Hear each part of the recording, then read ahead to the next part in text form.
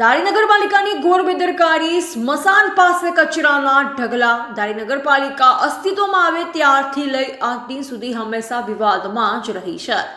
આજે શહેરમાં ભયંકર ગંદકીના ગંજ જોવા મળી રહ્યા છે, જ્યાં ત્યાં કચરાના ઢગલા પણ જોવા મળી રહ્યા છે। વળી આનાથી વધારે આશ્ચર્યની બાબત તો એ છે કે કચરો ટ્રેક્ટરમાં ભરાઈ સ્મશાન પાસે ઠલવામાં આવે છે, જ્યાં ગાયો પણ કચરામાંથી પ્લાસ્ટિક ખાવાને લીધે મૃત્યુ પામે છે। વિકાસના કામ હોય કે પછી નગરપાલિકાની બીજી કોઈ કામગીરી હોય, કોઈ પણ પ્રકારના આયોજન વગર અનઘડત વહીવટ ચાલતો હોય છે। સ્થાનિકોની થતી ચર્ચા મુજબ ખરેખર નગરપાલિકા કરતાં તો ગ્રામ પંચાયત સારી છે કે માત્ર ખાલી ફોન કરવાથી પણ કામ થઈ જતા હોય છે, પરંતુ અહીં તો વાત જ કંઈક નિરાળી છે। આ બાબતને લઈ ધારીના સામાજિક આગેવાન રવિભાઈ હિરાણીએ પોતાની તીખી પ્રતિક્રિયા આપી હતી। રિપોર્ટર કાજલ ત્રિવેદી, ધારી।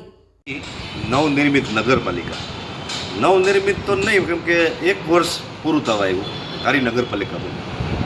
આજુબાજુની 5 પંચાયતો ભેગી થઈ વટહુકમ દ્વારા સરકારશ્રીએ પાલિકા ધારી શહેરના લોકોનો વિકાસ થાય, ધારીનો વિકાસ થાય એટલા માટે વટહુકમથી એને બનાવવામાં આવ્યું। હવે 1 વર્ષ પતી ગયું છે, દરેક જગ્યાએ લોકોનો જ્યારે અભિપ્રાય લઈએ ત્યારે આ નગરપાલિકા સંપૂર્ણપણે ખાડામાં જતી દેખાય છે। વિકાસ થવાને બદલે વિકાસ તો રૂંધાઈ ગયો છે, પહેલાં થતો એકદમ રૂંધાઈ ગયો ને રોકાઈ ગયો છે। શહેરની અંદર જ્યારે પ્રાથમિક જરૂરિયાતની વાત કરીએ ત્યારે સફાઈ જ્યારે પ્રાથમિકતા ઉપર આવે ત્યારે આ નગરપાલિકા સફાઈ મામલે સંપૂર્ણપણે નિષ્ફળ ગઈ છે।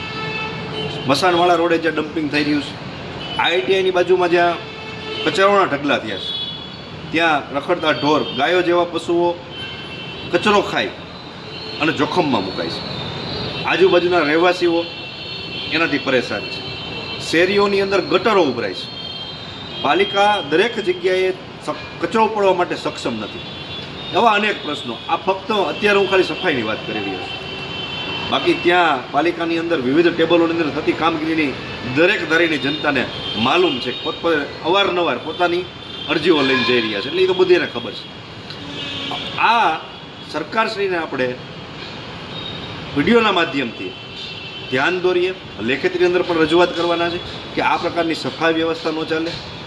યોગ્ય ભરતી કરવી હોય તો ભરતી કરો, અધિકારીઓ ઉપર તમે કડક જો હુકમી દઈ અને કામગીરી કરાવો, નહીંતર આ ધારી નગરપાલિકા એ ગંદકીનું ઘર બનશે, બીમારીઓનું ઘર બનશે।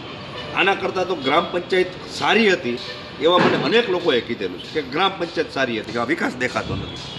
લોકોના મુખે એવી વાતો કરાવો કે નગરપાલિકા સારી હોય અને એની અંદર ઘણો બધો વિકાસ થાય, એવું આપના માધ્યમથી હું સરકારશ્રીને નિવેદન કરું છું।